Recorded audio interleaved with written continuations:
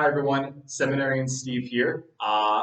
This week I am at my old seminary in Douglas and Queens, the Immaculate Conception Center, and right now I'm in one of the chapels that we have on the upper dorms of the seminary. And this week in the Gospel from Luke, we hear about Jesus sending out the 72 disciples and how they go in pairs from village to village, trying to spread the good news. And one might think that if somebody is a Christian committed to Christ and spreading the good news, that people are going to automatically kind of trust you, listen to what you have to say, be nice to you, be welcoming, welcome them into their homes. But Jesus tells us today that that's not always the case. So, what's going on in this gospel? This gospel I often like to think about as sort of like be a good sportsman, be a good team player type gospel, because Jesus is saying that we have to be able to adapt to different situations. And since you all go to public school, many of your friends may not be Catholic or Christian at all, may not even believe in God.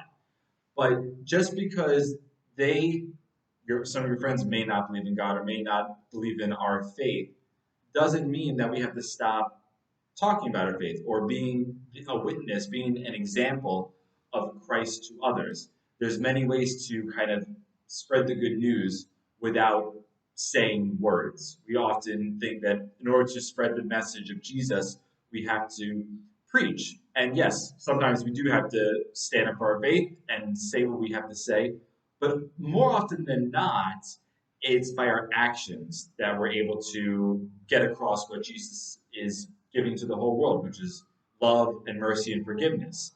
And how do we do that? Well, we show love and mercy and forgiveness to our family members, our friends, our teachers, our classmates, whoever we meet. So often, I don't know, some of you may play sports. I played a lot of sports in high school growing up.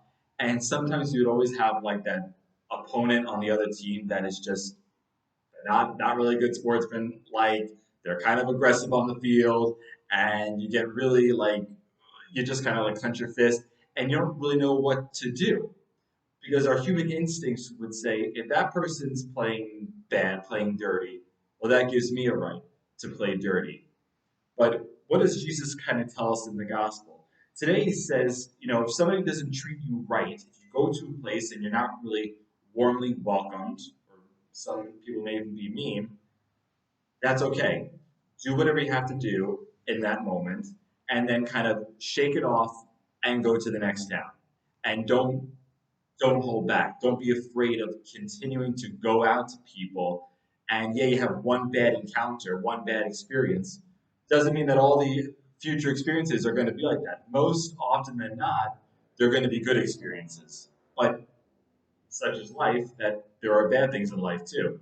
Like when you are in a game and you have a bad opponent who is just, they're a dirty player, they're kind of maybe like cheating a little bit.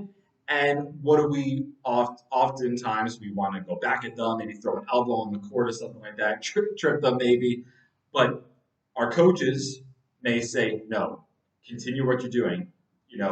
Continue playing by the rules, play fair, maybe get a little bit more aggressive and don't be so hesitant, but continue to do what you have to do to play the game as fairly as possible.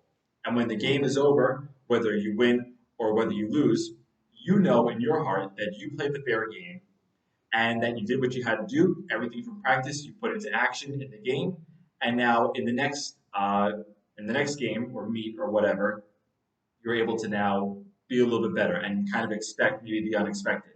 The same is true in our faith life.